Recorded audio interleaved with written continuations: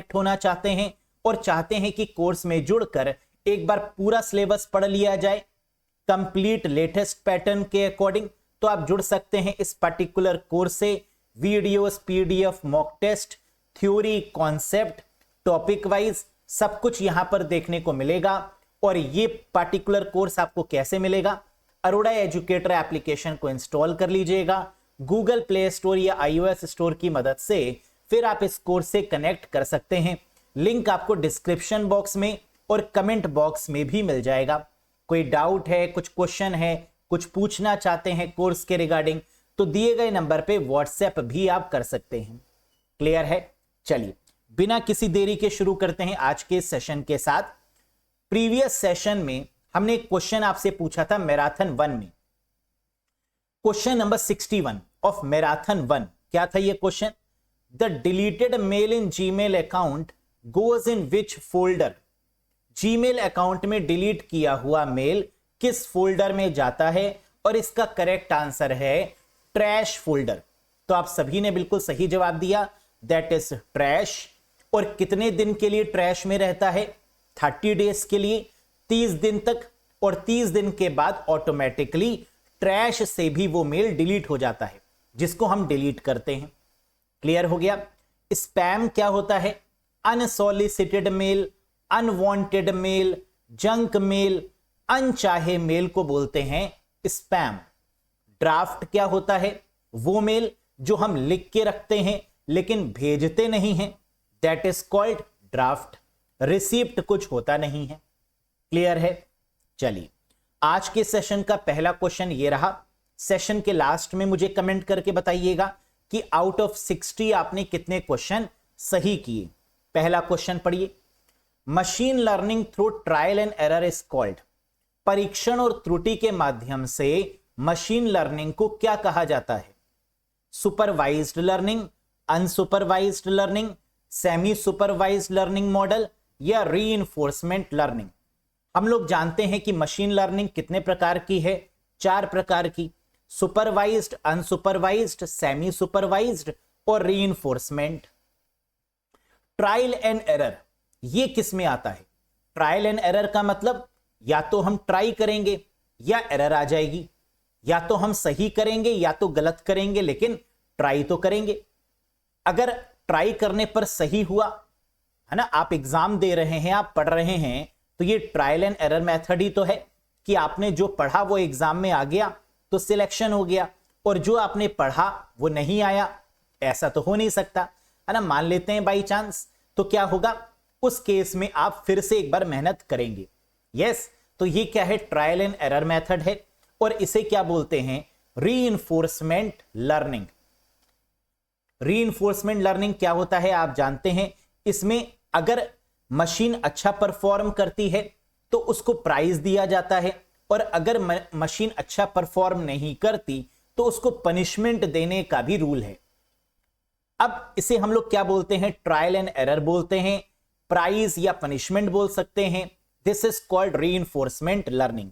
Supervise learning क्या होता है? जहां पर लेबल्ड डेटा हो, जहां डेटा मौजूद हो, वो सुपरवाइज्ड है। अनसुपरवाइज्ड लर्निंग का मतलब जहां पर कोई भी डेटा मौजूद ना हो, अनलेबल्ड डेटा हो, दैट इज अनसुपरवाइज्ड लर्निंग। और सेमी सुपरवाइज्ड क्या है? दोनों का कॉम्बिनेशन, सुपरवाइज्ड प्लस अनसुपरवाइज्ड, यानी labelled data plus unlabelled data, that is called semi supervised learning model. Very good. दूसरा question, machine learning through labelled and unlabelled data is called. बताइए, label युक्त और label रहित डेटा के माध्यम से machine learning को क्या कहा जाता है? अगर सिर्फ लेबल्ड की बात होती तो सुपरवाइज्ड हो जाता, सिर्फ अनलेबल्ड की बात होती तो अनसुपरवाइज्ड हो जाता। सेमी सुपरवाइज्ड का मतलब लेबल्ड भी होगा और अनलेबल्ड भी होगा, यानी third option is the right one. बढ़िया, समझ में आया? बहुत बढ़िया, टैलेंटेड हैं आप लोग, है ना। घबराते क्यों हैं फिर? कॉन्फिडेंस रखिए ना। सब पढ़ रखा है, सब आता है, फिर भी दिल में हलचल मची हुई है ना। कर पाएंगे, नहीं कर पाएंगे? कर पाएंगे। ट्रस्ट रखिए मुझ पर और अपने आप पर भी।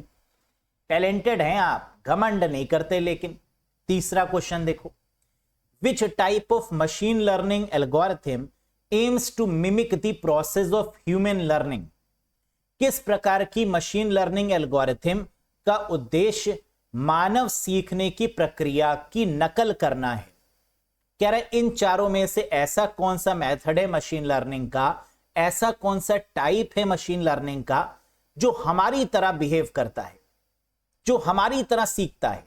मशीन, रोबोट जो हमें नकल करती है उसे क्या बोलते हैं? सुपरवाइज्ड, अनसुपरवाइज्ड, सेमी सुपरवाइज्ड या रीइंफोर्समेंट लर्निंग। हम लोग काम कैसे करते हैं? बिना किसी इच्छा के भी काम करते हैं क्या? निस्वार्थ भाव से काम करते हैं क्या? कभी नहीं, है ना कोई स्वार्थ तो इंसान का छुपा होता है, तभी वो काम करता है। अब आईपीएल के मैच होते हैं, है ना, अगर सोचो ट्रॉफी ना हो, जीतने की वो रकम ना हो, जीतने का वो जज्बा ना हो, है ना, तो कौन मैच जीतेगा? मालूम है कि जीतेंगे तो प्राइज भी मिलेगा, नेम एंड फेम भी होगी, है ना, ट्रॉफी भी उठाने को मिलेगी, वाहवाही भी होगी, है ना, कोहली कोहली कोहली हर जगह होगा। यस, तो यानी कुछ ना कुछ तो छुपा हुआ रीजन होता ही है सक्सेस के पीछे। जैसे आप अगर सफल हो जाएंगे, जो कि होंगे, है ना, सिलेक्शन हो गया तो क्या होगा? हर टीचर कहेगा देखो मैंने पढ़ाया, है ना, दूसरा कहेगा नहीं नहीं मैंने पढ़ाया, तीसरा कहेगा नहीं नहीं देखो टॉपर मेरे यहाँ का है, घर वाले कहेंगे देखा मुझे पहले ही पता था ये नाम रोशन करेगा, रिश्तेदार आएंगे वो कहेगा देखा मुझे पता था तुम एक दिन जरूर कुछ ना कुछ बनोगे, है ना, जबकि मन में तो ऐसा नहीं था, उन्होंने तो कहा था ये क्या ही बनेगा, लेकिन आप बन निकले, है ना। तो इसका मतलब कोई ना कोई मोटिव तो जरूर है, और इसे क्या बोलते हैं? Reinforcement learning. क्यों? क्योंकि यहां पर अगेन कुछ ना कुछ है आपकी तैयारी के पीछे। किसी को जॉब की रिक्वायरमेंट है पैसे के लिए, किसी को जॉब की रिक्वायरमेंट है कि भाई जल्दी से जॉब लग जाए, सेटल हो जाए, शादी भी हो जाए, इनकम भी हो जाए। किसी को लगता है सोसाइटी में नाम होगा, किसी को लगता है यार फ्रीडम होगी, है ना। तो कोई ना कोई मकसद होना जरूरी है। That is what we call reinforcement learning. How many numbers of the elements in the open IoT architecture? बताइए, ओपन आईओटी आर्किटेक्चर में तत्व की संख्या कितनी होती है? 4, 5, 6 या 7? इंपॉर्टेंट क्वेश्चन है ये बहुत ज्यादा। आईओटी का मतलब इंटरनेट ऑफ थिंग्स।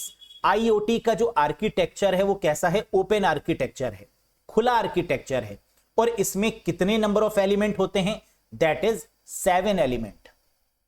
अब ये 7 एलिमेंट्स कौन कौन से हैं? वैसे एग्जाम में पूछा तो नहीं जाता, लेकिन फिर भी अपने नॉलेज के लिए आप जान सकते हैं कि आईओटी का आर्किटेक्चर 7 एलिमेंट्स पर डिपेंडेंट है। कौन कौन सा? Configuration and monitoring, cloud data storage, scheduler, request definition, request presentation, service delivery and utility manager, sensor, middleware. इसका मतलब जल्दी से सुन लीजिए। कॉन्फ़िगरेशन एंड मॉनिटरिंग का मतलब, मान लीजिए कि आपने एक स्मार्ट वॉच खरीदी। स्मार्ट वॉच खरीदने के बाद आप क्या करेंगे? कॉन्फ़िगर करेंगे ना, उसको ऑन करेंगे, उसको मॉनिटर करेंगे कि ये सही काम कर रही है या नहीं कर रही, पहला स्टेप। क्लाउड डेटा स्टोरेज, अब उसमें आप दौड़ेंगे अगर, तो आपके स्टेप्स काउंट होंगे, आपकी हार्ट बीट काउंट होगी, और क्या वो रिकॉर्ड बन जाएगा कहीं पर? यस, क्लाउड में। शेड्यूलर, अब उसमें आप शेड्यूल भी कर सकते हैं अपनी चीजों को। उसमें अलार्म लगाना है, आपने अलार्म लगा दिया, है ना। आपको बेल रिंग करनी है, आपने वाटर के लिए उसमें अलार्म लगा लिया, शेड्यूल लगा लिया कि मुझे हर 1 घंटे में पानी पीना है ना। ऐसा शेड्यूल उसमें आप कर सकते हैं, आईओटी है। रिक्वेस्ट डेफिनेशन, उससे आप किसी भी प्रकार की रिक्वेस्ट कर सकते हैं अपने अकॉर्डिंग। रिक्वेस्ट प्रेजेंटेशन, और उसके अकॉर्डिंग वो आपकी रिक्वेस्ट का आंसर दे देगा। जैसे आपने कहा अपनी स्मार्ट वॉच से कि एलेक्सा मुझे ये दिखाओ, है ना, तो एलेक्सा क्या करता है? आपकी रिक्वेस्ट का आंसर करता है। क्या हो गया? प्रेजेंटेशन हो गया। Service delivery and utility manager, आप उससे सर्विस की रिक्वेस्ट करेंगे और वो आपको बेस्ट से बेस्ट रिजल्ट देने की कोशिश करेगा, है ना। जो भी उसके अंदर कॉन्फ़िगर होगा उसके अंदर बेस्ट रिजल्ट देगा। सेंसर मिडलवेयर, और ये सब पॉसिबल कैसे होगा? जब उसके अंदर क्या लगा होगा? सेंसर लगा होगा जो मिडलवेयर के तरीके से, माध्यम के तरीके से बिहेव करेगा। That is sensor middleware. ठीक, कुछ कुछ तो समझ में आ गया होगा। Very good. Which of the following is a common application of IoT technology? बहुत इंपॉर्टेंट क्वेश्चन। निम्नलिखित में से कौन सा आईओटी तकनीक का समान अनुप्रयोग है? बताइए, आईओटी का इस्तेमाल हम लोग कहां करते हैं? इंटरनेट ऑफ थिंग्स का यूज कहां किया जाता है?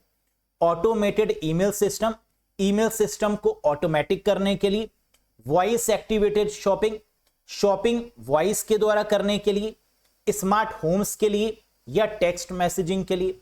तो आंसर होगा स्मार्ट होम के लिए। आईओटी का यूज हम लोग किस में करते हैं? स्मार्ट होम ऑटोमेशन में। हमें अपने पूरे घर को जार्विस के तरीके से बना लेना है ना, यानी हम एंटर हो तो लाइट खुल जाए, हम बाहर निकलें तो लाइट क्लोज हो जाए, है ना, कुछ सब कुछ ऑटोमेटिक हो, हाथ ना हिलाना पड़े, है ना, कामचोर हो अगर हो तो उनके लिए सबसे बढ़िया है, कुछ करने की रिक्वायरमेंट नहीं, बैठे बैठे ऑर्डर दे रहे हैं, लाइट खुल जाए खुल गई, लाइट बंद हो जाए बंद हो गई, कॉफी तैयार हो जाए हो गई, है ना। तो हमारे सर्वेंट के तौर पर जो काम करता है that is IoT, smart home. Automated email system नहीं, वॉइस एक्टिवेटेड शॉपिंग, ऐसा भी नहीं हुआ है कि हम वॉइस उसे कहेंगे शॉपिंग कर लाओ, है ना, वो हमारे लिए शॉपिंग कर लाएगा, ऐसा तो नहीं पॉसिबल है। टेक्स्ट मैसेजिंग बिल्कुल भी नहीं। Next, what is the full form of IIoT? IIoT का पूर्ण रूप क्या है? अभी तक तो आप लोग ने पढ़ा आईओटी, इंटरनेट ऑफ थिंग्स, लेकिन आईआईओटी क्या है? जब हम आईओटी का प्रयोग इंडस्ट्रीज में करते हैं तो वो बन जाता है आईआईओटी, यानी industrial internet of things. Very good, talented हैं आप लोग को पता है। इंडस्ट्रियल इंटरनेट ऑफ थिंग्स का मतलब जब हम पूरी इंडस्ट्री में मैन्युफैक्चरिंग यूनिट से लेकर डिस्पैच करने तक पूरा ऑटोमेटिक कर देते हैं, वहां पर कोई भी ह्यूमन नहीं लगा हुआ है ना। जैसे आप लोग ने देखा होगा जहां कार मैन्युफैक्चरिंग होती है वहां पर 1-2 एम्प्लॉइज होते हैं खाली, बाकी पूरी यूनिट आपकी कैसी होती है? Automatic. That is industrial internet of things. Clear है? Next, which layer is used for Ethernet and wireless connection in IoT device? IoT उपकरणों में ईथरनेट और वायरलेस कनेक्शन के लिए किस परत का उपयोग किया जाता है? मान लेते हैं ये क्वेश्चन एग्जाम में आ गया, ठीक, आप लोगों ने ये पढ़ा ही नहीं था, मान लेते हैं नहीं पढ़ा था, ओएसआई मॉडल पढ़ा है ना। अब ये मत कहिएगा सर वो भी नहीं पढ़ा। ओएसआई मॉडल में ईथरनेट किसे बोलते हैं? तो आप कहेंगे सर ईथरनेट का मतलब मैक एड्रेस, और मैक एड्रेस ओएसआई मॉडल में किस लेयर पर काम करता है? तो आप बोलेंगे सर डेटा लिंक लेयर, दूसरी लेयर पर। वही आंसर यहां भी हो जाएगा। आईओटी के केस में भी ईथरनेट और वायरलेस कनेक्शन किस लेयर पर काम करेगा? तो आंसर है data link layer, that is the second layer of the OSI model. बोलो, अब ईथरनेट एड्रेस की दोस्तों अगर बात करें तो आप जानते हैं इसे मैक एड्रेस भी बोलते हैं, ये डेटा लिंक लेयर पर काम करता है। अगर मैं आपसे पूछूं कि डेटा लिंक लेयर पर कौन सी नेटवर्किंग डिवाइस काम कर रही है, तो आप बोलेंगे sir second layer data link layer पर 3 डिवाइसेस काम करती हैं, स्विच, ब्रिज और मॉडम। स्विच, ब्रिज और मॉडम ये काम करती है डेटा लिंक लेयर पर। डेटा लिंक लेयर पर जो डेटा है वो किस फॉर्मेट में ट्रेवल करता है? फ्रेम्स के फॉर्मेट में। एरर को कंट्रोल करने की रिस्पॉन्सिबिलिटी किस लेयर की होती है? डेटा लिंक लेयर की। मैक एड्रेस किस पर काम करता है? डेटा लिंक लेयर पर। ईथरनेट एड्रेस किस पर काम करता है? डेटा लिंक लेयर पर। बस हो गया, इतना ही तो याद रखना है। Very good. What is the keyboard shortcut to insert a sum formula in MS Excel 2019? MS Excel 2019 या किसी भी वर्जन में सम फॉर्मूला डालने के लिए किस कीबोर्ड शॉर्टकट का प्रयोग करते हैं? पता है ना आपको, एक्सेल में अगर आपको सम करना है तो इसके लिए कौन सा फॉर्मूला यूज करेंगे? Alt equals to. जैसे सपोज करिए ये आपकी पार्टिकुलर नंबर गिवन है और इसको सम करना है, तो एक तरीका तो हो सकता है इक्वल्स टू सम लिखकर सिलेक्ट कर दिया, दूसरा तरीका हो सकता है ऑल्ट इक्वल्स टू लिख दिया और इसकी मदद से भी सम हो जाएगा। तो शॉर्टकट की for sum in MS Excel is alt equals to. समझ में आया? Next, which of the following layers provide end to end communication in IoT? बताओ, निम्नलिखित में से कौन सी परत आईओटी में एंड टू एंड संचार प्रदान करती है। हम आईओटी भूल जाते हैं, नॉर्मली हमें यह बता दीजिए ओएसआई मॉडल में ऐसी कौन सी लेयर है जो end to end communication provide करती है। वही आईओटी में भी करती है, बिल्कुल सही, दैट इज ट्रांसपोर्ट लेयर, जो एक डेस्टिनेशन से दूसरे डेस्टिनेशन या सोर्स टू डेस्टिनेशन तक मिलाने का काम करती है, that is called transport layer, यानी एंड टू एंड लेयर। समझ में आया? तो डिफरेंस नहीं है, ethernet address, MAC address, data link layer वहां पर भी है, यहां पर भी है। End to end layer OSI model में भी ट्रांसपोर्ट लेयर है, और आईओटी के केस में भी कौन सी लेयर है? ट्रांसपोर्ट लेयर है। क्लियर? ट्रांसपोर्ट लेयर पर कितनी लेयर काम करती हैं?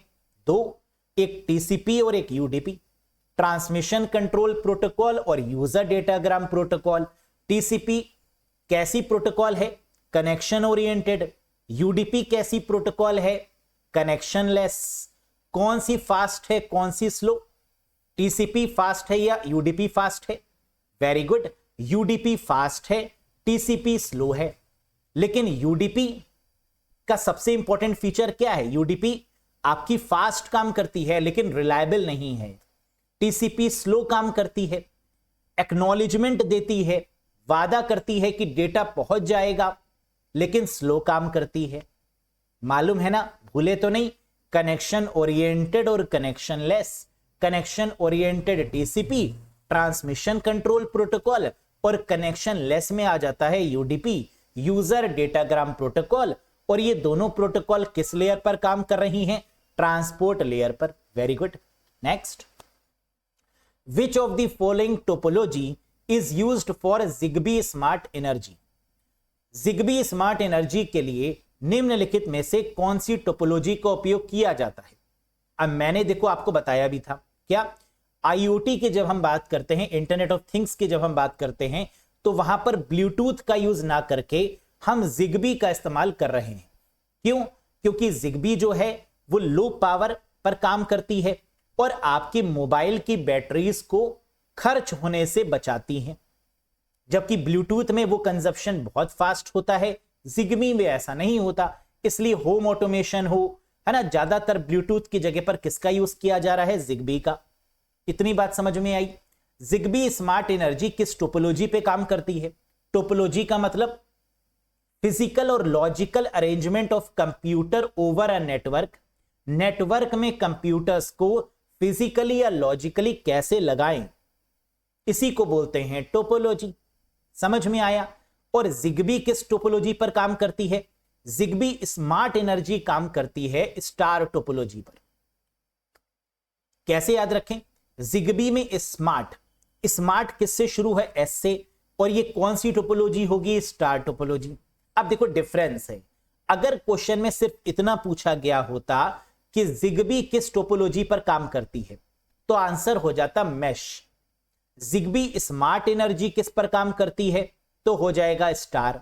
जरा ध्यान दो, जिग्बी अगर पूछते तो मैश टोपोलॉजी, जो रिलायबल टोपोलॉजी मानी जाती है, मैश।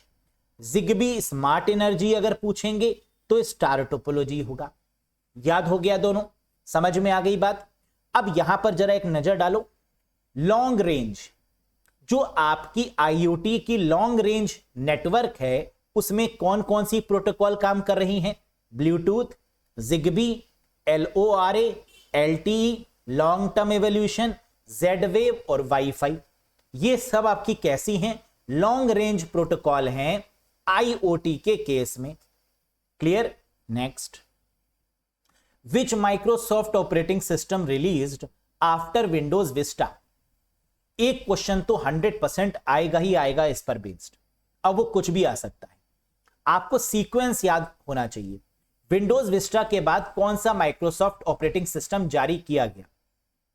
विंडोज विस्टा के बाद लॉन्च किया गया दोस्तों विंडोज 7। अब आपको याद क्या रखना है? ये सीक्वेंस, पहले विंडोज ME आया, मिलेनियम एडिशन, फिर विंडोज XP आया, एक्सपीरियंस, फिर विंडोज विस्टा आया, फिर विंडोज 7, विंडोज 8, 8.1, विंडोज 9 नहीं आया, विंडोज 10 और विंडोज 11। विंडोज 9 क्यों नहीं आया? क्योंकि न्यूमरोलॉजी के अकॉर्डिंग 9 नंबर से सब डरते हैं, क्योंकि 9 नंबर किसी को सूट कर जाता है तो बहुत आगे निकल जाता है वो, या किसी को शूट करता है यानी किसी को शूट भाता नहीं है ना, ये भी पॉसिबिलिटी होती है नंबर 9 में। तो न्यूमरोलॉजी के according 9 number is called the God of all the number, the king of all the number. तो रिस्क लेने से लोग डरते हैं कि 9 नंबर पता नहीं सूट करे ना करे, फेवर में काम करे ना करे, है ना, इसलिए ड्रॉप कर देते हैं उसको। क्लियर है? तो ये सीक्वेंस याद रखिएगा कि विंडोज विस्टा के बाद में कौन सा आया, विंडोज 7, विंडोज एक्सपी के बाद में कौन सा आया, विंडोज विस्टा, विंडोज एक्सपी से पहले कौन सा था, विंडोज एमई, है ना। इस तरीके के क्वेश्चन एग्जाम में यहां से पूछे जाते हैं। Next, payment done with identification and authentication through Aadhaar database is called. कह रहा है payment done with identification and authentication through Aadhaar database. ऐसा कौन सा पेमेंट मेथड है जिसमें आधार से लिंक होना जरूरी है? आधार डेटाबेस के माध्यम से पहचान और प्रमाणीकरण के साथ किए गए भुगतान को क्या बोलते हैं? प्रीवियस ईयर्स में कई बार पूछा गया है। आधार किससे शुरू है? ए से। आंसर भी किससे शुरू है? ए से, यानी AEPS, Aadhaar enabled payment system. Yes, आधार आया हुआ है ना, तो इसकी शुरुआत किससे होगी? AEPS, यानी आधार इनेबल्ड पेमेंट सिस्टम। इसकी फुल फॉर्म भी इंपॉर्टेंट है। तो आधार से लिंक होकर पेमेंट करने वाला तरीका क्या है? AEPS, Aadhaar enabled payment system. Clear? Next, human resembling robots are called. बताओ, कह रहे ऐसे रोबोट का नाम बताइए जो मानव के तरीके से काम करते हैं। मानव सदृश रोबोट को क्या कहा जाता है? एंड्रॉइड, ड्रोन्स, साइबॉर्ग या ह्यूमनॉइड? Very good. वो रोबोट्स जो इंसान के तरीके से काम करे, दैट इज कॉल्ड ह्यूमनॉइड। और ह्यूमनॉइड का सबसे बेहतर अगर कोई एग्जाम्पल है तो वो ये है, पहचाने? बिल्कुल सही, that is Sophia. Sophia robot जो कि काफी फेमस हुआ था क्योंकि ये पहला ऐसा रोबोट है जिसे सिटीजनशिप भी मिली है। किस कंट्री की? जल्दी से बताइए, कहां की सिटीजनशिप इसको मिली है? वेरी गुड, सऊदी अरेबिया का पहला ऐसा रोबोट जिसको सिटीजनशिप यानी नागरिकता दी गई है, दैट इज सोफिया। अब एक बार जरा पढ़ लो इसके बारे में। सोफिया ह्यूमनॉइड रोबोट है जो सऊदी अरेबिया के द्वारा सिटीजनशिप प्रोवाइड की गई। कब? 2017 में। याद रखेंगे ना, 2017 में Sophia humanoid robot, Saudi Arabian, citizenship provided. Next, dash is an instant payment interbank electronic fund transfer system in India. कह रहे भारत में त्वरित का मतलब तुरंत भुगतान अंतर बैंक इलेक्ट्रॉनिक निधि अंतरण प्रणाली कौन सी है? NEFT, RTGS, AEPS या IMPS? Very good. Instant payment की अगर बात करें, तुरंत पेमेंट भुगतान की अगर बात करें तो that is called IMPS। IMPS का मतलब immediate payment service, that is the correct answer. अगर एग्जाम में क्या पूछा जाए, आधार बेस्ड, तो हो जाएगा आंसर AEPS। अगर पूछा जाए इंस्टेंट पेमेंट, त्वरित भुगतान की बात करें, तो आंसर हो जाएगा IMPS, इमीडिएट पेमेंट सर्विस। और इनकी फुल फॉर्म्स भी इंपॉर्टेंट है। NEFT, national electronic fund transfer, है ना, यहां पर बैचेस के माध्यम से फंड ट्रांसफर किया जाता है धीरे धीरे। RTGS, रियल टाइम पर भुगतान किया जाता है, real time gross settlement. AEPS, Aadhaar enabled payment system. और त्वरित वाला that is immediate payment service, that is the correct answer. Clear है? Next, what type of terminal does not process और स्टोर डेटा? किस प्रकार का टर्मिनल डेटा को संशोधित या संग्रहित नहीं करता है? अब दो क्वेश्चन एग्जाम में आते हैं, पहले इसको ध्यान से समझिए, इंपॉर्टेंट है। ऐसा कौन सा टर्मिनल होता है जो कि प्रोसेस नहीं करता, उसे क्या बोलते हैं? Dumb terminal. जैसे कीबोर्ड, माउस, क्या ये खुद की कोई प्रोसेसिंग करते हैं? नहीं, क्योंकि कंप्यूटर में प्रोसेस करने के लिए सीपीयू होता है। कीबोर्ड में कोई प्रोसेसिंग नहीं होती, माउस में कोई प्रोसेसिंग नहीं होती, मॉनिटर में कोई प्रोसेसिंग नहीं होती। तो इनको हम लोग क्या बोलते हैं? डंब टर्मिनल, जिनका खुद का दिमाग नहीं होता या जो खुद प्रोसेस नहीं कर सकते या डेटा को स्टोर नहीं कर सकते, that is called dumb terminal. इसका उल्टा होता है स्मार्ट टर्मिनल, जो प्रोसेस कर पाते हैं, जिनके पास अपना खुद का ब्रेन है, जैसे एटीएम मशीन्स, जैसे कायोस्क, जैसे पॉइंट ऑफ सेल डिवाइसेस, है ना, जो एग्जीक्यूशन में मदद करती हैं। These are called smart terminal. Clear? Next, which programming language is primarily used for creating Android application? Previous year में पूछा गया क्वेश्चन, बताओ। एंड्रॉयड एप्लीकेशन बनाने के लिए मुख्य रूप से किस प्रोग्रामिंग भाषा का उपयोग किया जाता है? अगर हमें कोई एंड्रॉयड एप्लीकेशन बनानी है तो हम किस लैंग्वेज का यूज करेंगे? पाइथन, कोटलिन, स्विफ्ट या जावास्क्रिप्ट? करेक्ट आंसर है कोटलिन। अगर हम कोई आईओएस एप्लीकेशन बना रहे हैं तो हम स्विफ्ट का यूज करेंगे, और अगर हम कोई एंड्रॉयड एप्लीकेशन बना रहे हैं तो इस केस में कोटलिन लैंग्वेज का प्रयोग करेंगे। जरा देखो अच्छे से, कह रहे स्विफ्ट कब? जब आईओएस एप्लीकेशन बना रहे हैं। तो एप्पल के केस में आईओएस डिवाइसेस में हम किस प्रोग्रामिंग का यूज कर रहे होंगे? स्विफ्ट का। लेकिन अगर कोई एंड्रॉयड एप्लीकेशन बना रहे हैं तो इस केस में गूगल के द्वारा बनाई गई लैंग्वेज, जो कि गूगल ने 2017 में बनाई, दैट इज कोटलिन। तो गूगल ने 2017 में अनाउंस कर दिया था ऑफिशियल तौर पर कि जितनी भी एंड्रॉयड एप्लीकेशंस हैं उनके लिए जो ऑफिशियल प्रोग्रामिंग लैंग्वेज है वो कौन सी है? दैट इज कोटलिन, है ना, याद रखिएगा, बहुत इंपॉर्टेंट है। Next, which of the following is an example of G2C e governance service? निम्नलिखित में से G2C सरकार से नागरिक ई गवर्नेंस सर्विस का उदाहरण बताइए।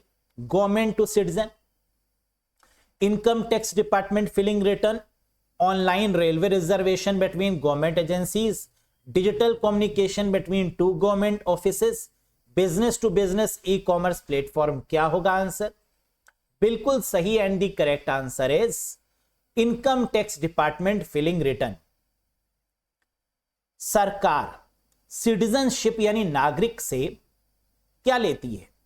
टैक्स वसूलती है, इनकम टैक्स लेती है, इनकम पर आने वाला tax that is income tax, GST, TDS, ये सब आते हैं किसके अंदर? गवर्नमेंट टू सिटीजनशिप के अंदर, है ना, याद रखिएगा। Next, what is a man in the middle attack? बहुत इंपॉर्टेंट है। Ransomware, fishing, sniffing, Trojan horse, है ना, इनसे क्वेश्चन आना ही आना है। Man in the middle attack क्या होता है? Man in the middle attack का मतलब होता है जिसमें दो पार्टीज इन्वॉल्व होती हैं। यानी जब कभी भी क्वेश्चन में man in the middle attack की बात हो तो हमेशा आंसर में क्या गिवन होगा? Two parties. देखो कहीं दिख रहा है, बिल्कुल दिख रहा है। An attack where a hacker intercept communication between two parties to steal और alter the data, that is called man in the middle attack. होता क्या ये? खुद काम ना करके किसी दूसरे से गलत काम करवाना, that is man in the middle. समझ में आया? आपकी किसी से दुश्मनी थी, आपने किसी पर्सन को हायर किया और उससे कहा कि मैं तुम्हें इतने खोखे दूंगा, निपटा दो उसको, है ना, या वो कर दो इसके साथ, या फलाना कर दो इसके साथ। यस, तो आपने क्या किया? एक मिडिल मैन हायर किया, टू पार्टीज के बीच में कम्युनिकेशन हुई और ये अपराध आपने कर दिया। तो an attack where a hacker intercept communication between two parties to steal और ऑल्टर द डेटा। समझ में आया? है ना, that is called man in the middle attack. तो कभी भी क्वेश्चन में टू पार्टीज दिया हो, ऑल्टर डेटा दिया हो या टू पार्टीज तो मिलेगा ही मिलेगा। तो इस केस में हमेशा क्या हो जाएगा, man in the middle attack. Next, when a bigger network is divided into smaller network to maintain security then that is known as. बहुत आसान क्वेश्चन। जब सुरक्षा बनाए रखने के लिए एक बड़े नेटवर्क को छोटे छोटे नेटवर्क में विभाजित करते हैं तो उसे क्या बोला जाता है? फायरवॉल, गेटवे, फिशिंग या सबनेटिंग? बिल्कुल सही। जब बड़े नेटवर्क को छोटे नेटवर्क में डिवाइड करते हैं तो this process is called a subnet masking या सबनेटिंग बोला जाता है। बड़े नेटवर्क को छोटे छोटे नेटवर्क में डिवाइड कर दिया ताकि कनेक्टिविटी अच्छे से बनी रहे, ताकि कोई भी कोलैप्स ना हो डेटा में, ताकि पैकेट बहुत आसानी से ट्रैवल करे, सिक्योरिटी बनी रहे, है ना, इसलिए सबनेटिंग का प्रयोग किया जाता है। Next, dash protocol is used to automatically assign IP address to any device. ऐसी कौन सी प्रोटोकॉल है जिसका उपयोग करके किसी डिवाइस को गतिशील रूप से आईपी एड्रेस निर्दिष्ट करने के लिए किया जाता है? ऑटोमेटिक या डायनेमिक असाइन किया जाता है आईपी एड्रेस। किसकी मदद से? वेरी गुड, डीएचसीपी की मदद से, डायनेमिक होस्ट कॉन्फ़िगरेशन प्रोटोकॉल की मदद से। क्लियर है? आईपी एड्रेस तो आप लोग जानते ही हैं, दो तरीके के होते हैं, IPv4, IPv6।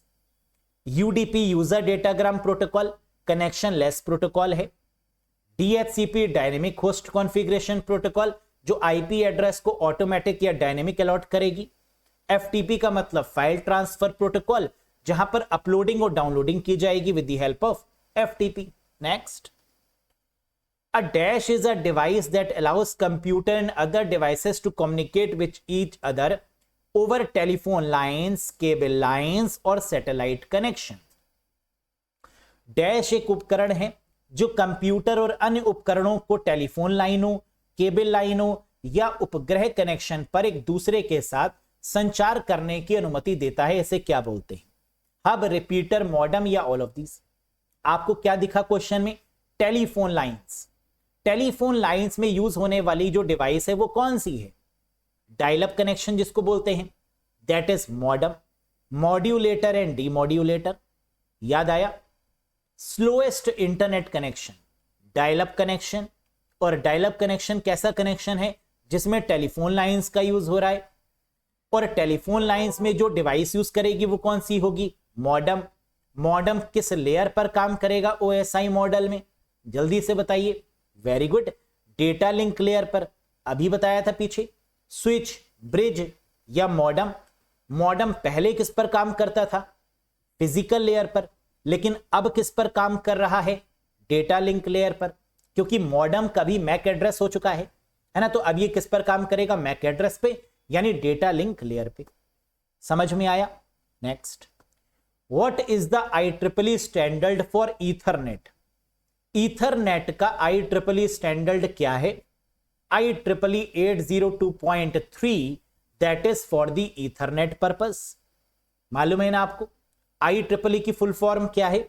Institute of electrical and electronics engineers. जहां एग्जाम में क्या पूछा जाता है कि IEEE में पहला ई क्या है? इलेक्ट्रिकल। दूसरा ई क्या है? इलेक्ट्रॉनिक्स। तीसरा ई क्या है? इंजीनियर।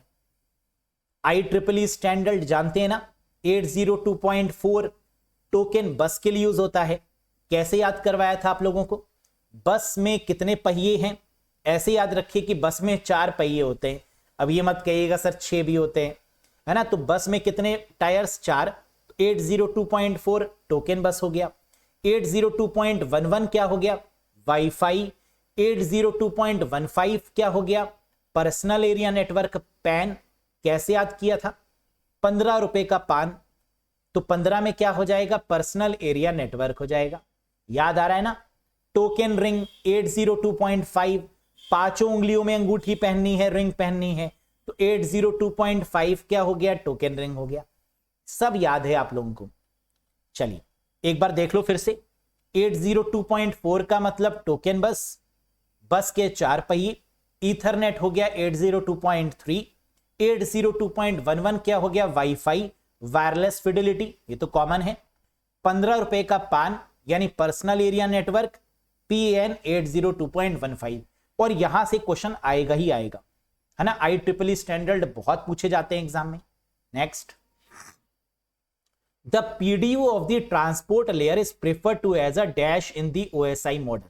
PDU का मतलब होता है प्रोटोकॉल डेटा यूनिट, या कई बार इसको प्रेजेंटेशन डेटा यूनिट भी बोलते हैं, है ना। जनरली प्रोटोकॉल डेटा यूनिट कहा जाता है।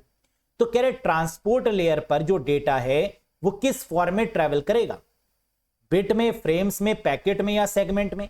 बिल्कुल सही। हम जानते हैं ट्रांसपोर्ट लेयर जो कि एंड टू एंड लेयर मानी जाती है, जो heart of the OSI model भी माना जाता है ना। OSI मॉडल का जो हार्ट है वो क्या है?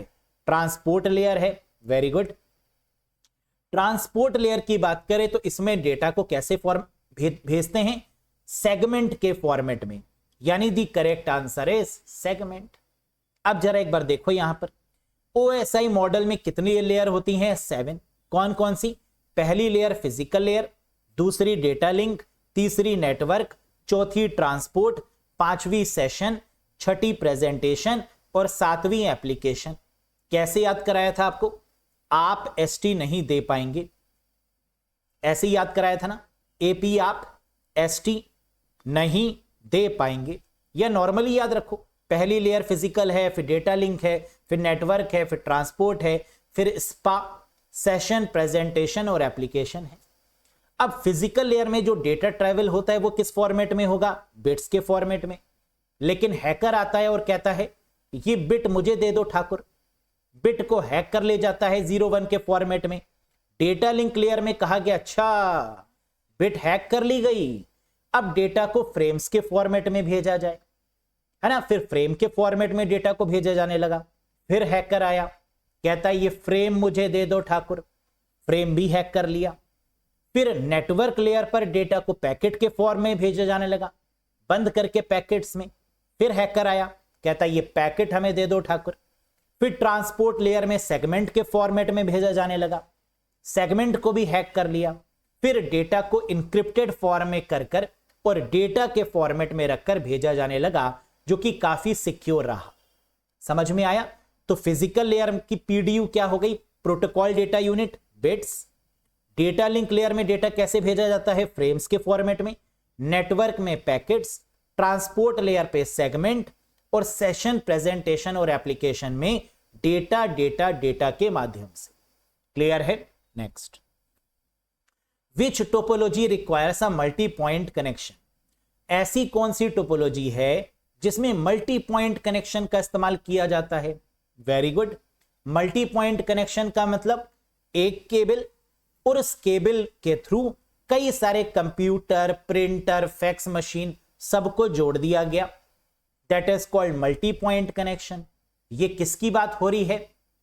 बस टोपोलॉजी की। Very good. बस टोपोलॉजी में सबसे बड़ी दिक्कत क्या है कि अगर कोई चूहा आया और उसने केबल को काट लिया तो जितने भी कंप्यूटर या नोट्स कनेक्टेड होंगे वो कोई भी काम नहीं करेगा, है ना। दैट इज कॉल्ड अ बस टोपोलॉजी। और बस टोपोलॉजी में किसका यूज किया जाता है? टर्मिनल्स का। स्टार्टिंग और एंडिंग केबल्स की बताने के लिए हम लोग किसका यूज करते हैं? टर्मिनेटर का, है ना। टर्मिनल्स कई बार बोलते हैं, कई बार टर्मिनेटर भी बोलते हैं।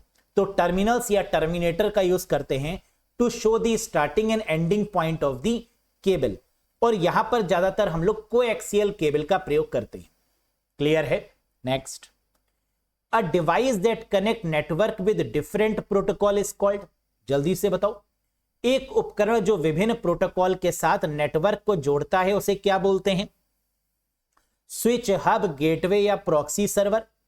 या आता है बताएंगे नहीं? बिल्कुल सही। जब कभी भी क्वेश्चन में डिफरेंट दिया हो, different protocol, different network, different topology, अगर डिफरेंट दिख गया तो आंसर क्या बनेगा? गेटवे। टैलेंटेड हैं आप लोग, याद है ना। डिफरेंट के केस में हमेशा आंसर क्या बनेगा? गेटवे। लेकिन अगर डिफरेंट की जगह पर सिमिलर होता, सामान्य प्रोटोकॉल, समान नेटवर्क, एक जैसे नेटवर्क, एक जैसी टोपोलॉजी, तो आंसर क्या हो जाता? ब्रिज या राउटर। सिमिलर के केस में ब्रिज या राउटर, और डिफरेंट के केस में गेटवे। बस इतनी बात आपको याद रखनी है, ठीक। Next, dash is considered the official birthday of the internet. Internet का ऑफिशियल बर्थडे यानी दुनिया में इंटरनेट पहली बार कब आया? बताइए। 1 जनवरी 1983 में आया, यानी the answer is option number 1। 1 Jan 1983 is considered as the आधिकारिक जन्मदिन ऑफ इंटरनेट। तो इंटरनेट का केक कब कटता है, कब बर्थडे मनाया जाता है? 1 जनवरी 1983। The internet network had officially began its technological revolution when it fully substituted previous networking system on January 1st, 1983। दिख रहा है ना केक कट रहा है इंटरनेट का। और इंटरनेट के पापा कौन है? Vint Cerf. Mister Vinton Gray Cerf is known as the founder of internet. Yes. Next, dash is a type of malware that downloads onto the computer disguised as a legitimate program। बहुत बार पूछा गया question, बताओ। Dash एक प्रकार का malware है, ठीक है, मैलिशियस सॉफ्टवेयर जिसको बोलते हैं, जो एक वैध प्रोग्राम के रूप में कंप्यूटर पर डाउनलोड होता है। यानी वैध प्रोग्राम का मतलब, लेजिटिमेट का मतलब, जो अपने आप को ट्रस्ट वर्दी दिखाता है लेकिन होता नहीं है। That pretend to be useful but actually not, that is called Trojan horse. याद आया ना? ट्रॉय मूवी अगर आपने देखी हो तो राजाओं को भेंट किया जाता था, गिफ्ट किया जाता था घोड़ा, और घोड़े के अंदर से निकलते थे सैनिक और कब्जा कर लेते थे पूरे किले पर। राजाओं को भी कब्जे में ले लिया, उनका किला भी ले लिया और उनकी रानियां भी हथिया ली, है ना, और उनको कहीं का नहीं छोड़ा। तो that is what we call Trojan horse. जो देखने में बढ़िया लगे लेकिन हो धोखेदार, जो धोखा दे, है ना, that pretend to be useful but actually not, that is called Trojan horse. Very good. Next, अब क्या याद रखना है इसके रिगार्डिंग? एक और बात, first Trojan horse malware is animal. सबसे पहला जो ट्रोजन हॉर्स बनाया गया उसका नाम क्या रखा गया? एनिमल रखा गया। 1975 यानी 1975 में लॉन्च किया गया। किसके द्वारा? जॉन वॉकर के द्वारा। फिर से एक बार देखो, ऐसा मैलवेयर जो प्रिटेंड करे कि वो बढ़िया है लेकिन होना लेजिटिमेट हो, that is called Trojan horse. पहला ट्रोजन हॉर्स का नाम क्या रखा गया? एनिमल। कब लॉन्च किया गया? 1975 में। किसके द्वारा? जॉन वॉकर के द्वारा। Next, dash refers to an attempt to steal sensitive information typically in the form of username, password, credit card number, bank account information और other important data। बताइए बेटा।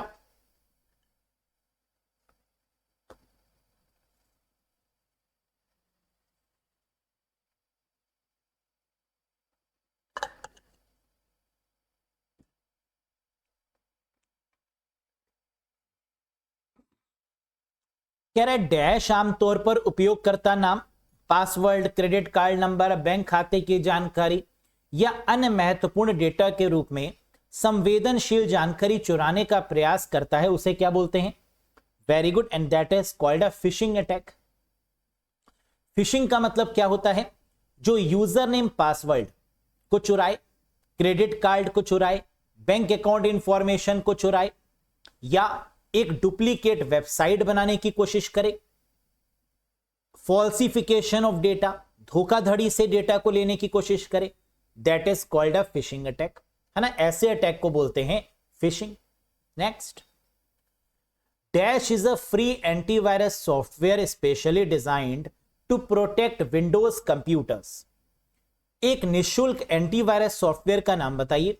फ्री ऑफ कॉस्ट है, antivirus है, जो विशेष रूप से विंडोज कंप्यूटर की सुरक्षा के लिए डिजाइन किया गया। इसे क्या बोलते हैं? फ्री ऑफ कॉस्ट है, बिल्कुल। विंडोज में बाय डिफॉल्ट यूज किया जाता है। Very good, and the answer is bit defender. बहुत ही पॉपुलर माइक्रोसॉफ्ट का बाय डिफॉल्ट, विंडोज में यूज होने वाला by default, that is bit defender antivirus program, है ना। बहुत सारे एंटीवायरस के नाम आपको पता होंगे, जैसे मैककेफी है, एवीजी है, कैस्पर स्काई है ना, बिट डिफेंडर है। ये सब आपके क्या है, फेमस एंटीवायरसेस हैं। Next, dash are stand alone malicious program that can self replicate and propagate independently. बताइए, डैश क्या स्टैंड अलोन दुर्भावनापूर्ण प्रोग्राम है जो स्वयं प्रतिकृति कर सकते हैं और स्वतंत्र रूप से प्रचारित कर सकते हैं? इन्हें क्या बोलते हैं? वायरस, वॉर्म, ट्रोजन या बूट सेक्टर? आपकी पार की नजर और Nirma super, the correct answer is worm. क्यों है वॉर्म? वायरस क्यों नहीं है? ट्रोजन क्यों नहीं है? बूट सेक्टर क्यों नहीं है? आइए बताते हैं, इधर आओ। देखिए, वॉर्म की अगर बात करें तो वॉर्म का मतलब होता है write once read many. Worm एक ऐसा मैलवेयर प्रोग्राम है जो इंडिपेंडेंट है, यानी जो ह्यूमन पर डिपेंडेंट नहीं है, जो रेप्लिकेट तो करता है, जो सेल्फ रेप्लिकेट करता है, सिर्फ रेप्लिकेट नहीं करता, सेल्फ रेप्लिकेट करता है, प्रोपोगेट करता है अपने आप को, और सबसे इंपॉर्टेंट बात क्या है, ये स्टैंड अलोन है, आत्मनिर्भर है। वॉर्म आत्मनिर्भर है, लेकिन वायरस ह्यूमन पर निर्भर करता है। जब इंसान किसी फोल्डर पे क्लिक करेगा, फाइल पे क्लिक करेगा, तब वायरस एक्टिवेट होगा।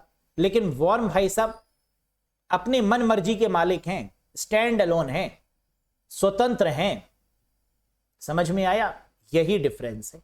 Right once read many. Trojan क्या होता है? अभी आपने देखा, that pretend to be useful but actually not. Legitimate software, जो दिखाता है शरीफ लेकिन होता नहीं, Trojan horse. Boot sector virus, जो कंप्यूटर को बूट ही होने ना दे, that is called boot sector virus.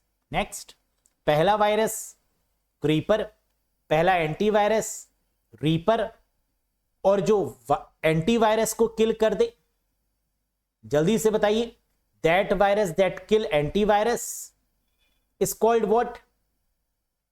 Retrovirus. बिल्कुल सही।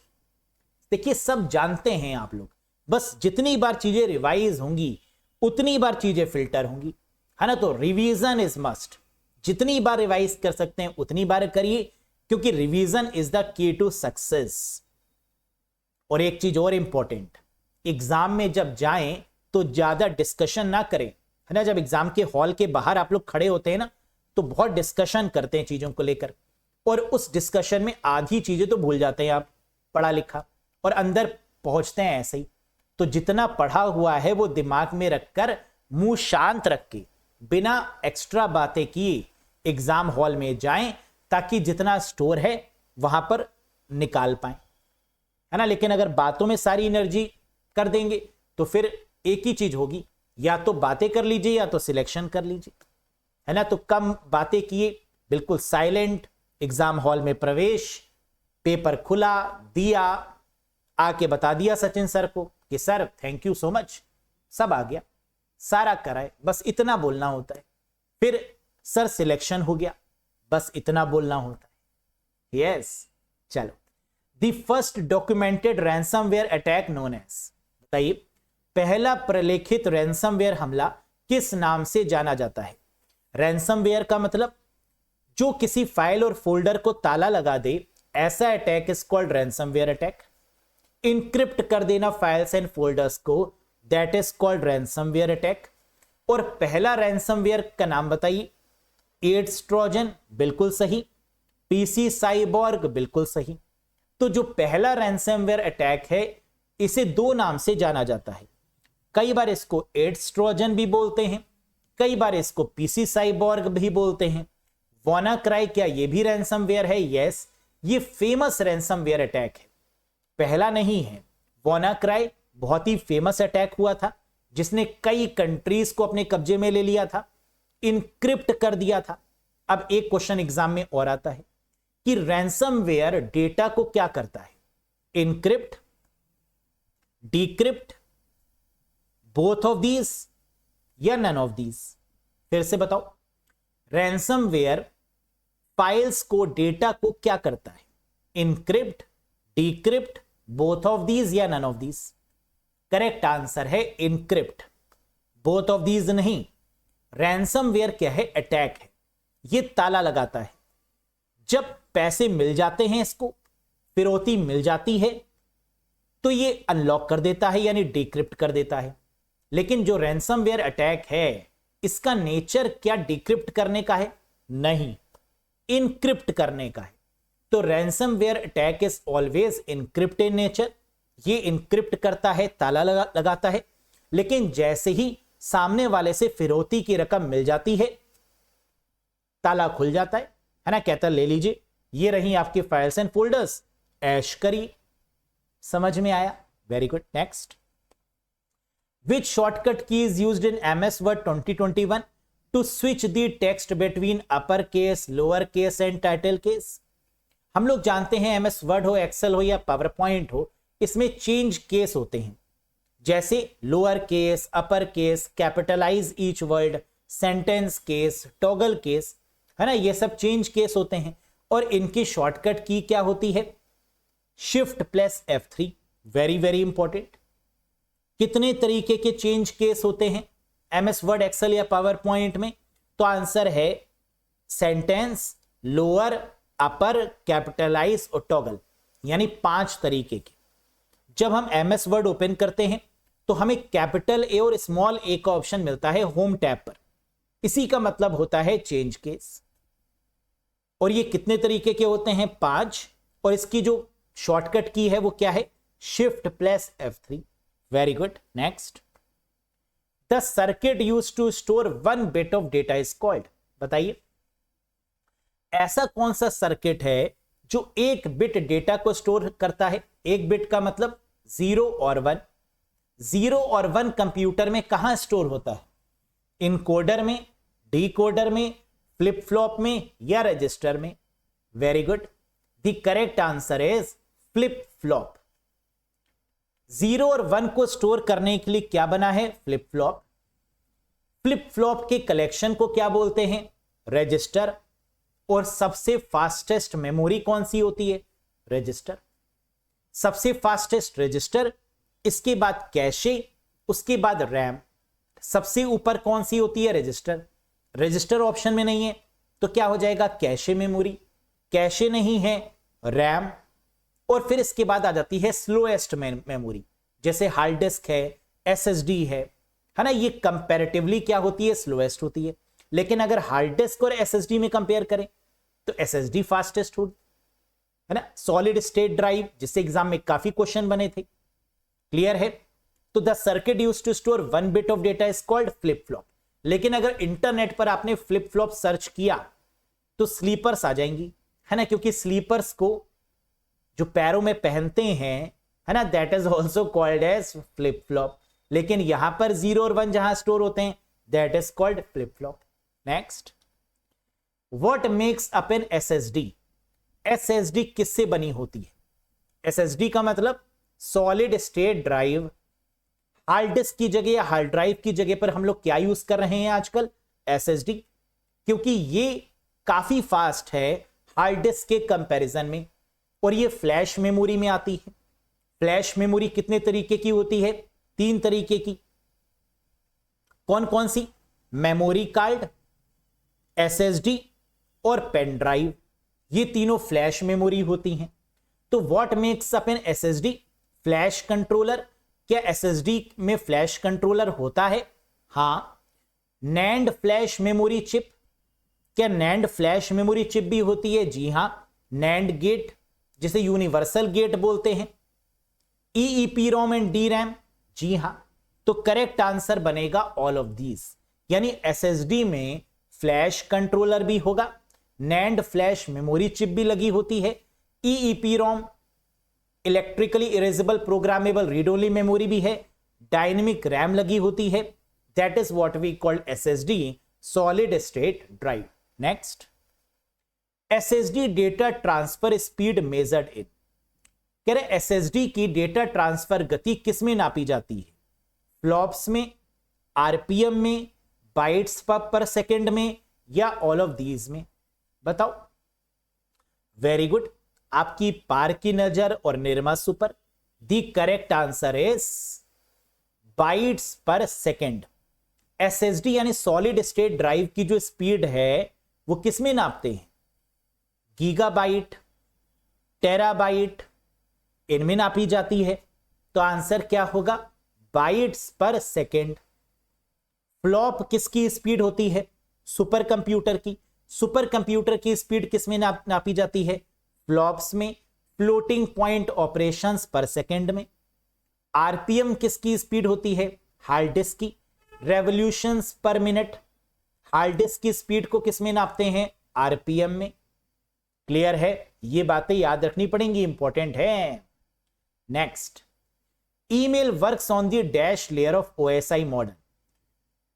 ओएसआई मॉडल यानी ओपन सिस्टम इंटरकनेक्शन मॉडल किसने दिया? आईएसओ ने दिया, इंटरनेशनल ऑर्गेनाइजेशन फॉर स्टैंडर्डाइजेशन के द्वारा दिया गया। कब दिया गया? 1984 में। टीसीपी आईपी मॉडल पहले आया, 1983 में इसको दर्जा मिला स्टैंडर्ड का टीसीपी आईपी मॉडल को, और 1984 में आपका आ गया क्या? OSI model. ईमेल किस लेयर पर काम करता है? आखिरी वाली लेयर यानी एप्लीकेशन लेयर पर, जो यूजर के बेहद करीब होती है। तो लेयर्स की बात करें एक बार फिर से देखो, ईमेल किस लेयर पर काम करता है? एप्लीकेशन लेयर पर। Physical, data link, network, transport, session, presentation और एप्लीकेशन। कितनी लेयर हो गई? 7। स्टार्टिंग की जो आपकी 4 लेयर होती हैं, फिजिकल, डेटा लिंक, नेटवर्क और ट्रांसपोर्ट, इसको बोलते हैं ट्रांसपोर्टेशन सेट। और ऊपर वाली जो 3 होती हैं इसे बोलते हैं एप्लीकेशन सेट। सेशन, प्रेजेंटेशन और एप्लीकेशन। क्लियर है? Next, in IEEE standard 802.5 is also called S. अभी हम लोगों ने पढ़ा था IEEE स्टैंडर्ड 802.3 पढ़ा था ना, ईथरनेट। 802.4 टोकन बस, और 802.5 5 उंगलियों में अंगूठी, रिंग यानी टोकन रिंग। तो कहीं टोकन रिंग गिवन है? हां, लगा दो आंसर। ईथरनेट का 802.3, टोकन बस का 802.4, वायरलेस नेटवर्क का 802.11, टोकन रिंग का 802.5 और पैन का 15 रुपए का पान यानी personal area network 802.15। Very good. Next, layer 5 of the OSI model is, है ना। ओएसआई मॉडल तो मैच दी कॉलम में भी देखा जाता है, आपका पूछा भी गया है प्रीवियस ईयर्स में। बताओ layer 5th of the OSI model कौन सी होती है? सेशन लेयर होती है। Physical, data link, network, transport, session, presentation, application. यानी 5th लेयर आपकी दोस्तों कौन सी होगी? सेशन लेयर, जो सेशन को मैनेज करती है, जो सिंक्रोनाइजेशन एस्टैब्लिश करती है ना, that is called as session layer. Next, which component of the computer act as a nervous system. Computer का कौन सा घटक तंत्रिका तंत्र के रूप में कार्य करता है, नर्वस सिस्टम के तौर पर काम करता है। नर्वस सिस्टम मतलब ब्रेन हो गया एक तरीके से, है ना। नर्वस सिस्टम मतलब ब्रेन, और कंप्यूटर का जो मेन नर्व है that is called a controlling unit. CPU में कितनी चीजें आती हैं? 3, सीयू, एएलयू और एमयू। सीयू का मतलब कंट्रोल यूनिट, एएलयू का मतलब अरिथमेटिक लॉजिकल यूनिट, और एमयू का मतलब मेमोरी यूनिट, जिसे रजिस्टर भी बोलते हैं। तो सीपीयू के अंदर जो मेमोरी होती है दैट इज कॉल्ड रजिस्टर, है ना। The memory which reside inside the CPU that is called register. तो नर्वस सिस्टम कौन सा होगा? कंट्रोल यूनिट होगा। कंट्रोल यूनिट का मेन काम क्या होता है? डिकोड करना इंस्ट्रक्शंस को। जो हम कंप्यूटर को इंस्ट्रक्शन देते हैं उसको अपनी लैंग्वेज में कन्वर्ट करना, डिकोड करना, उस पर कंट्रोलिंग करना, that is the working of control unit. ALU का काम क्या होता है? अरिथमेटिक लॉजिक यूनिट का जितने भी अरिथमेटिक फंक्शन हैं, प्लस, माइनस, डिवीजन, मल्टीप्लिकेशन, है ना, इन सबको करना। लॉजिकल यूनिट का मतलब greater than, smaller than, equals to, not equals to, इन पर काम करना, लॉजिक यूनिट। सीयू हो गया, एएलयू हो गया, एमयू यानी मेमोरी यूनिट, जो डेटा को टेम्परेरी स्टोर करती है रजिस्टर में, और रजिस्टर कैसी मेमोरी है? Fastest memory. रजिस्टर किसके अंदर है? सीपीयू के अंदर। क्लियर है? Next, which logical gate is known as universal gate? हम जानते हैं टोटल लॉजिक गेट्स कितने होते हैं? 7 प्रकार के, 7 थाला फॉर अ रीजन। यस, जिसमें से यूनिवर्सल गेट कितने होते हैं? 2, नैंड और नॉर। क्या नैंड गिवन है? हां। क्या नॉर गिवन है? नहीं। तो यानी NAND is the correct answer. N and बोल सकते हैं, नैंड बोल सकते हैं, नॉर बोल सकते हैं, एन और बोल सकते हैं, है ना। और टोटल आप देखिए, टोटल कितने लॉजिक गेट्स हैं? 1 2 3 4 5 6 7। बेसिक लॉजिक गेट 3 प्रकार के होते हैं, एंड और नॉट। यूनिवर्सल गेट दो प्रकार के होते हैं, नैंड और नॉर। अदर लॉजिक गेट्स में आपके 2 आते हैं, दैट इज एक्स और एक्स नॉर। तो टोटल लॉजिक गेट अगर पूछा जाए कितने होते हैं वाइडली, तो आंसर होगा 7 टाइप, एंड और नॉट, नैंड नॉर, एक्स और एक्स नॉर। क्लियर है? Next, what is the preferred communication method used with system as a botnet? Botnet पर सिस्टम के साथ उपयोग की जाने वाली पसंदीदा संचार विधि कौन सी है? बॉटनेट का मतलब रोबोट नेटवर्क। बॉट का मतलब होता है रोबोट, नेट का मतलब नेटवर्क। तो रोबोटिक्स के केस में, रोबोट नेटवर्क के केस में जो कम्युनिकेशन माध्यम है, 2 रोबोट आपस में कैसे बात करेंगे? आईआरसी की मदद से, इंटरनेट रिले चैट की मदद से। तो बॉटनेट के बीच में कम्युनिकेशन सिस्टम जो होता है, जो प्रोटोकॉल काम करती है, that is called IRC, internet relay chat. Email हम लोग जानते हैं इलेक्ट्रॉनिक मेल है, ICMP internet control message protocol है, आईआरसी इंटरनेट रिले चैट है, TFTP trivial file transfer protocol है। क्लियर है?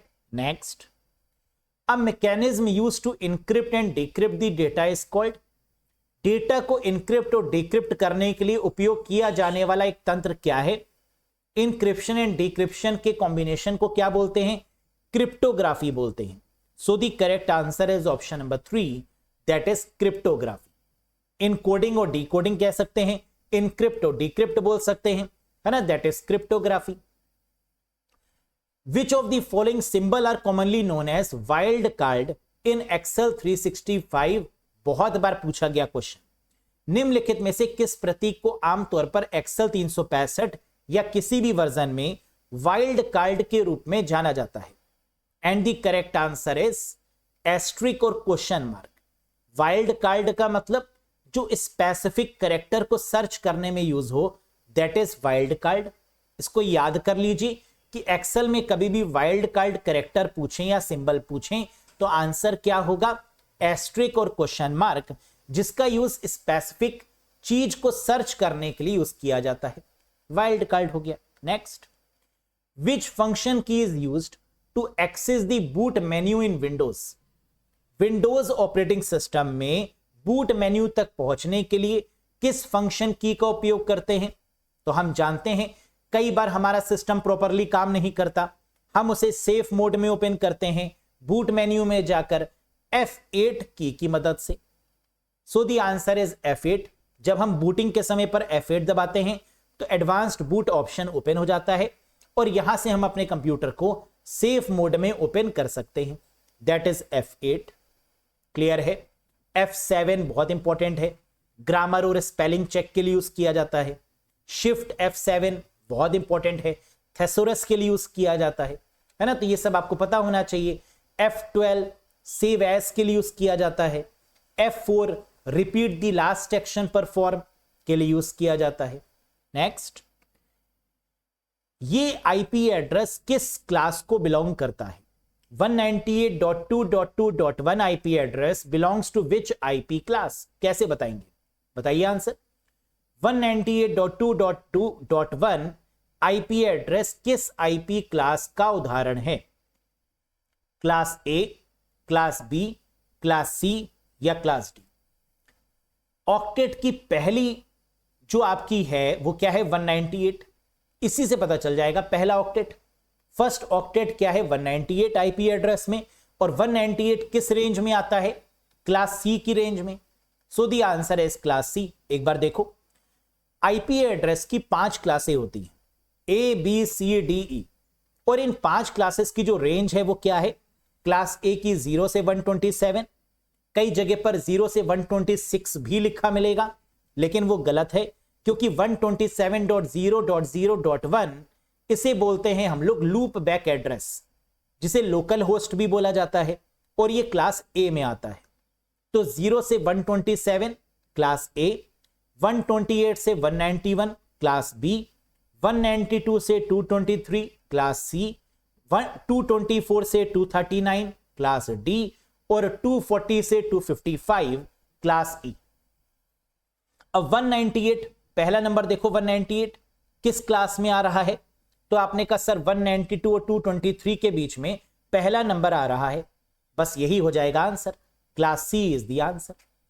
अगर आईपी एड्रेस की शुरुआत 128 से हो रही होती 128, तो हो जाता क्लास ए। अगर आईपी एड्रेस की शुरुआत 197 से हो रही होती मान लीजिए, तो 197 का मतलब क्लास सी है ना, 192 से 223। अगर 238 होता आईपी एड्रेस की शुरुआत में, तो क्लास डी हो जाता। अगर 250 252 इससे शुरू हो रहा होता है ना, तो क्लास ई की रेंज में हो जाता। तो हमें सिर्फ पहले नंबर को देखना है आईपी एड्रेस के, ये जिससे शुरू होगा उस क्लास का आईपी एड्रेस बन जाएगा रेंज के अकॉर्डिंग। समझ में आया? Very good. Next, decimal equivalent of this number. Binary number आपको गिवन है और कह रहा है इसका डेसिमल इक्विवेलेंट क्या होगा, जल्दी से बताओ। Very good. सबसे पहले तो ये नंबर लिख लेंगे आप, बाइनरी नंबर, फिर राइट हैंड साइड से 1 2 4 8 16 32 ये लिखेंगे। ये कैसे आया, 2 की पावर 0 1, 2 की पावर 1 2, 2 की पावर 2 4, 2 की पावर 3 8, है ना, एंड सो ऑन। अब मल्टीप्लाई कर देंगे आपस में, अगर 0 होगा तो वो मल्टीप्लाई हो जाएगा और प्लस हो जाएगा। Now multiply and plus the numbers. तो आपने मल्टीप्लाई किया, 1 1 जा 1, 2 1 जा 2, 4 1 जा 4, 8 1 जा 8, 16 1 जा 16, 32 1 जा 32, और इनको प्लस कर दिया, आ गया 63। यही होगा आंसर, यानी option 4 is the right one. Clear है? तो बाइनरी से डेसिमल में कन्वर्ट कर लेंगे। आगे बढ़ते हैं।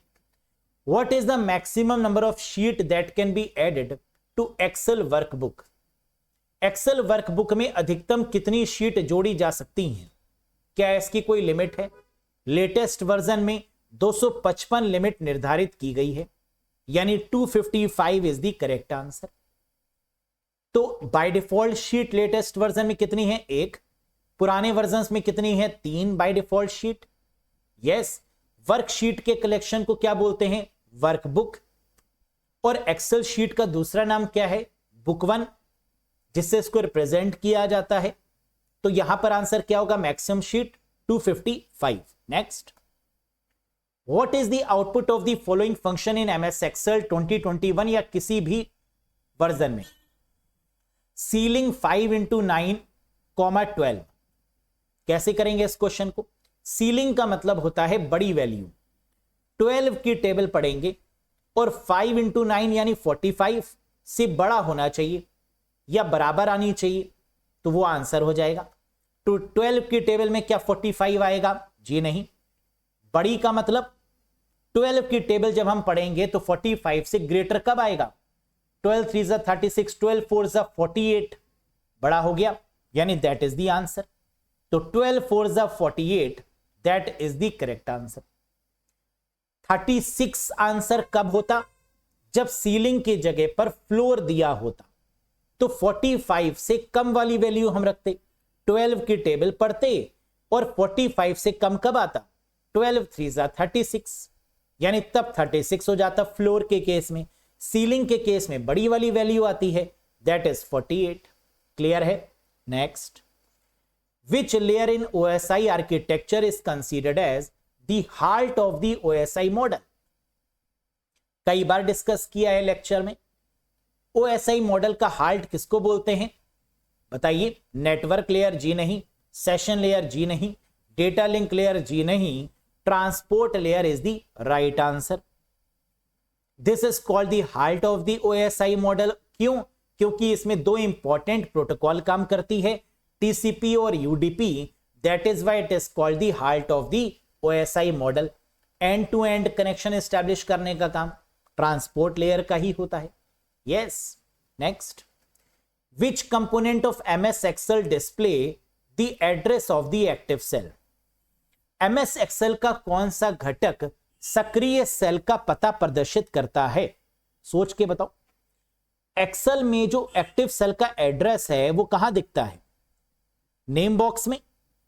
कंटेंट कहां दिखता है? फॉर्मूला बार में, जिसको हम एडिट कर सकते हैं उस कंटेंट को F2 की मदद से फंक्शन की। याद आया? Very good. लेकिन जो एड्रेस होता है एक्टिव सेल का वो कहां डिस्प्ले होता है? Name box.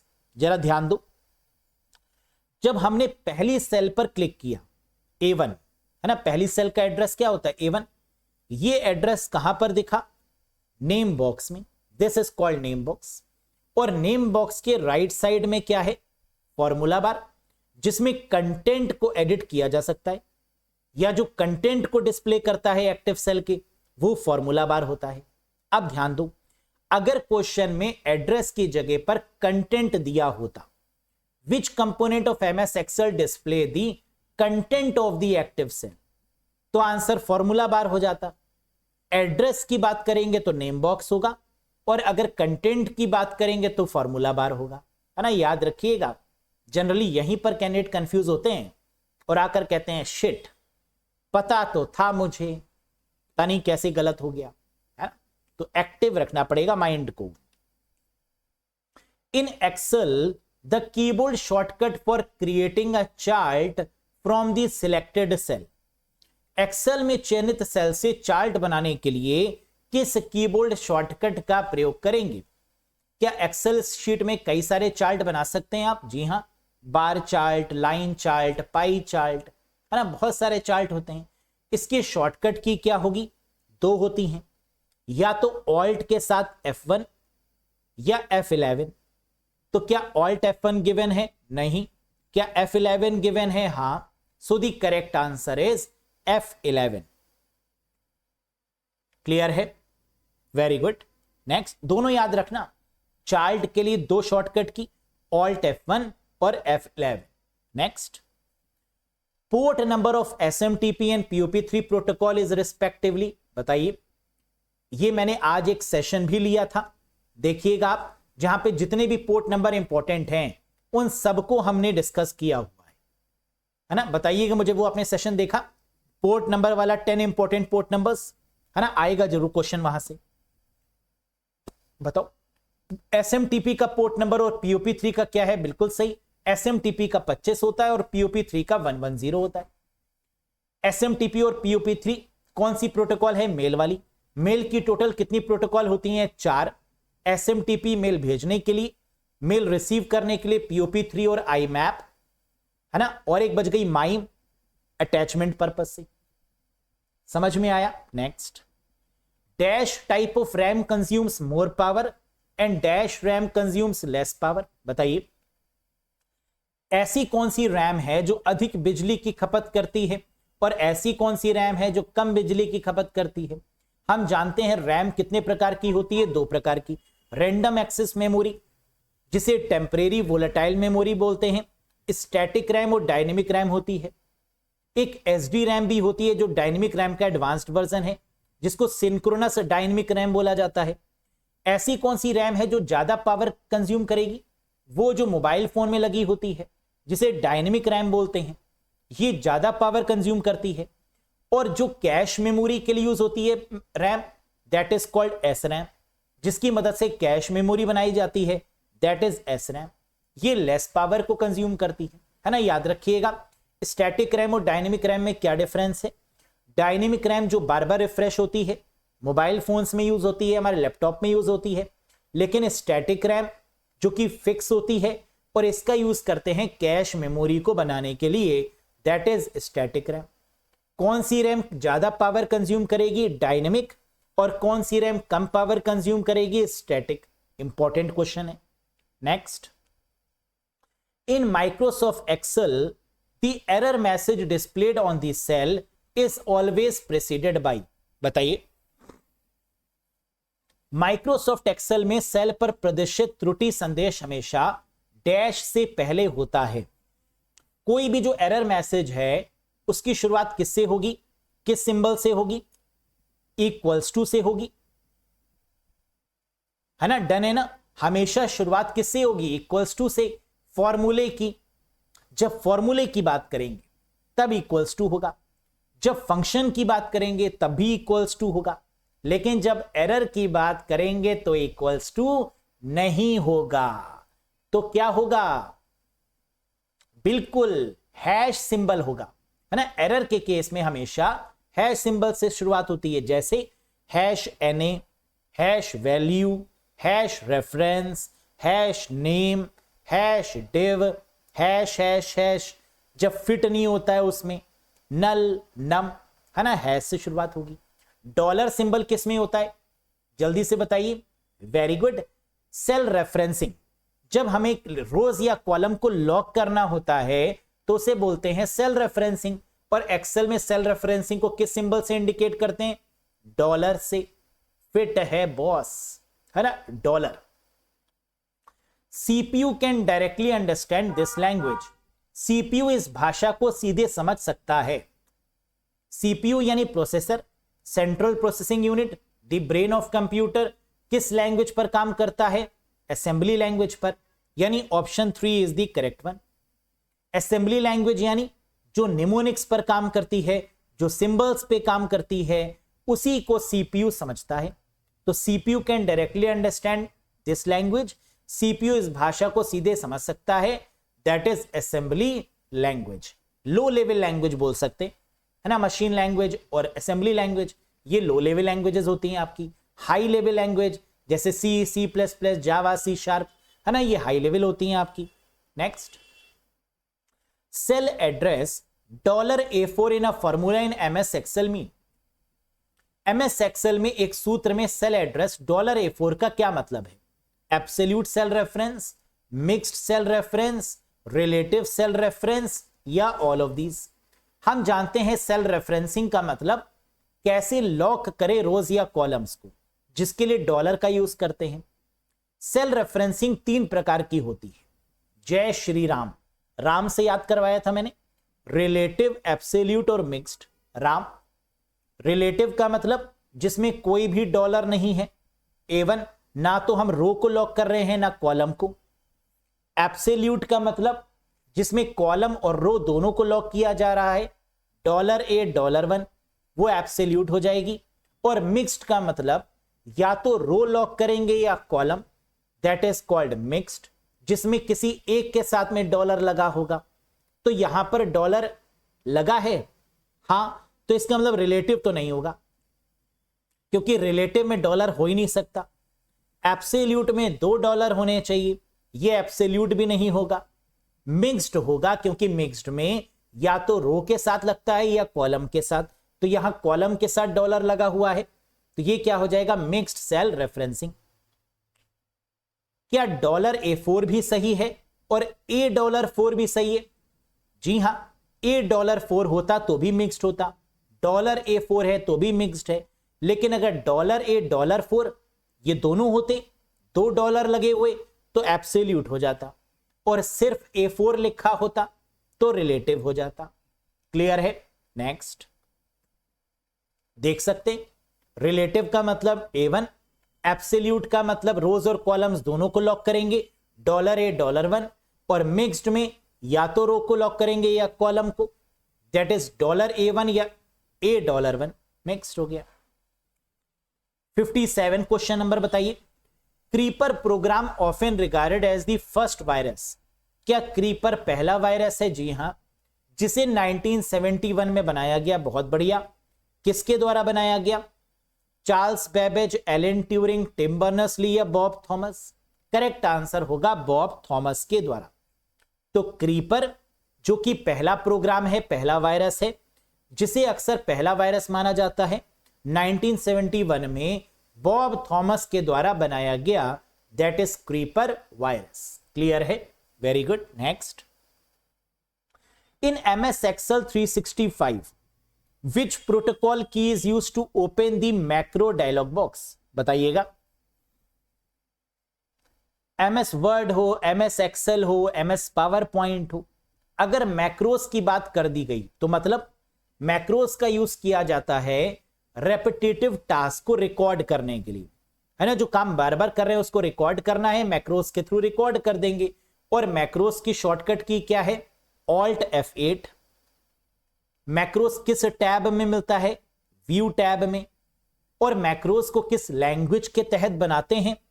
विजुअल बेसिक का यूज करके। याद आया?